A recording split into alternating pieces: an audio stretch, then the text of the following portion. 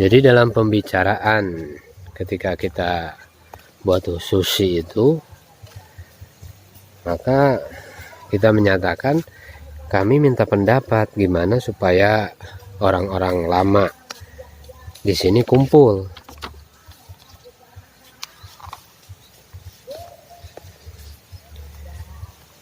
Di kampung Bapak ini kan banyak orang. Ada DKM, ada RT, ada RW, dan sebagainya.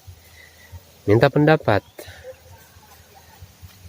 bagaimana supaya mereka ini bisa memakmurkan masjid.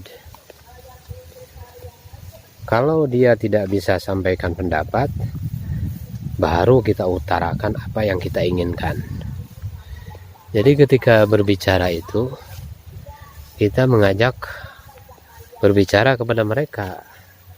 Kita sharing, kita berdiskusi dengan mereka. Nah, kalau dia, orang yang kita khususi ini, tidak bisa menyampaikan, kalau dia tidak bisa menyampaikan pendapat, baru kita utarakan apa yang kita inginkan. Semua ini rata-rata cinta masjid, mencintai amalan-amalan masjid. Mungkin karena kesibukan-kesibukan dunia saja, sehingga mereka lalai daripada usaha memakmurkan masjid ini. Nah, mungkin dia nanti akan mengemukakan uzur-uzurnya, alasan-alasan darurat-daruratnya. Nah, baru setelah itu kita masuk.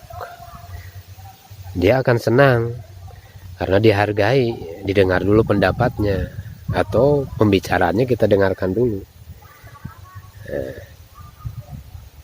Dan nanti dia akan datang ke masjid.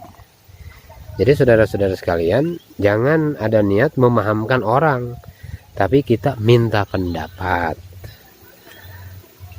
Kita harus terbiasa bagaimana merayu, mengharap. Nanti mudah orang terima kita. Kita harus terbiasa merayu, mengharap. Kalau datang sebagai guru atau datang sebagai ustadz, maka orang akan bosan, sehingga orang akan meninggalkan kita. Jadi kita lihat kondisinya. Yang kedua, kita lihat posisinya ketika kita khususi itu. Yang ketiga, kita lihat karakternya atau moodnya. Pertama, lihat kondisi. Capekkah dia? Lelahkah dia? Ngantukkah dia? Kemudian ketika kita datang untuk buat sushi itu, posisinya bagaimana? Dia ini sebagai apa? Sebagai apa di kampung? Supaya kita tidak bicara sembarangan. Kemudian karakter atau moodnya itu dia bagaimana? Apakah dia sedang marah? Apakah dia sedang sedih? Apakah dia sedang berantem dengan istrinya? Jadi kita harus memahami karakternya, sifat-sifatnya. Jadi kita harus terbiasa, harus membiasakan diri untuk mengharap atau merayu. Jangan ada niat memahamkan mereka. Inilah sifat tawadu ini yang ingin kita pelajari. Jadi seperti yang diceritakan tentang orang yang mengeluarkan jin itu. Jadi putri raja itu kemasukan jin, sudah ahli-ahli pengobatan jin itu sudah didatangkan, dan beliau raja ini sudah menyampaikan sayembara kepada seluruh negeri, barang siapa yang dia mampu mengeluarkan jin dari putri saya, maka dia akan dikasih 50.000 rupiah.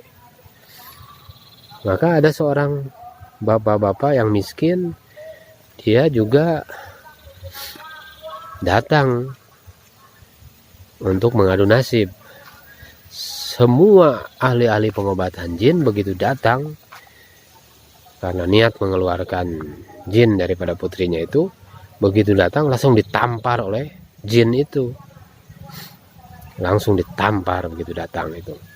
Tapi orang ini begitu masuk ke ruangan putri raja, dia katakan, "Wahai jin yang berada di dalam putri raja, maafkan saya ini orang lemah, saya orang miskin, saya akan menikahkan anak saya tidak punya uang, saya sangat butuh sekali akan uang itu. Kalau sekiranya kamu keluar daripada putri raja, maka saya akan bisa menikahkan anak saya. Oleh karena itu saya minta kepada Tuan Jin untuk segera keluar dari putri raja ini, kasihanilah saya.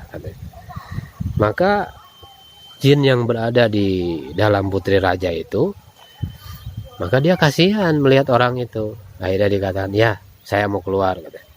Dan alhamdulillah dia keluar, sehingga dia mendapatkan 50.000 rupiah. Jadi ini saudara-saudara sekalian, maka kita penting juga kita kembali lagi kepada fokus pembicaraan kita, itu bagaimana menghandle daripada jemaah.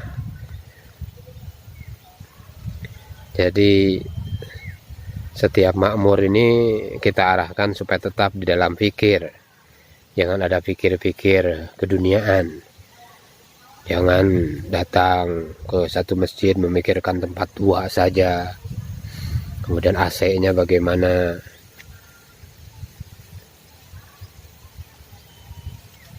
Kemudian juga Amir perhatikan supaya programnya tepat pada waktunya. Kalau tidak ditentukan, nanti kocar-kacir. Nanti ada yang makan di warung, ada yang makan di restoran. Jadi tidak jelas waktunya. Maka kita tentukan, kita sampaikan kepada mereka waktunya makan jam berapa, waktunya ngecai jam berapa, waktunya makan makanan ringan jam berapa. Jadi kita senantiasa berada di dalam jamaah, dalam kebersamaan. Kemudian sebelum tidur, maka arahkan makmur, arahkan mereka supaya mereka nanti ini malam kita akan tahajud, kita sempurnakan zikir kita, sempurnakan amalan kita. Nah, besok setelah isyrok maka kita akan belajar buat 2,5 jam. Nah, inilah penting kita ini menghandle daripada jemaah, sehingga hasil daripada kita mengeluarkan jemaah ini, kita membentuk jemaah ini, hasilnya akan terasa. Kita juga bisa mengajari kepada yang baru-baru itu cara-cara hikmat, bagaimana belanja ke pasar. Kita mesti diajarkan juga. Jadi 12 orang kita pasangkan dua-dua, yang lama mencontohkan kerja kepada yang baru, yang lama dengan yang baru. Jadi cara hikmat ini gitu juga dipasangkan juga, supaya yang baru ini belajar daripada yang sudah lama. Bagaimana beli ke pasar, beli ikan, beli sayur, catat semua keperluan. Beli yang terbaik, jangan beli beras yang kualitas buruk, atau jangan beli ikan yang kualitas buruk. Nah, kita juga belajar, mengajarin juga cara menyalakan kompor ya, atau menyalakan gas untuk hikmat. Kemudian cara masak nasi diajarkan juga, cara menyajikan diajarkan juga. Bagaimana suprah, ini suprah sudah bau, sudah jelek lagi masih dipakai. Jadi ini mempengaruhi, sehingga ketika orang baru datang, orang-orang yang tertarik dengan jamaah ini datang, mereka diajak makan bersama-sama. Maka ketika melihat suprahnya saja sudah jelek, sudah bau, akhirnya yang ada di dalam pikirannya, wah saya tidak mau ikut dengan jamaah itu. Nah, niatnya mau itikaf, mau silaturahmi, mau meningkatkan amalan di masjid, tiba-tiba karena suprah yang sudah bau jelek lagi, ya akhirnya makan sudah tidak enak lagi. Akhirnya dia tidak jadi 3 hari, malah dia pulang. Kadang-kadang terjadi juga pertengkaran gara-gara makan.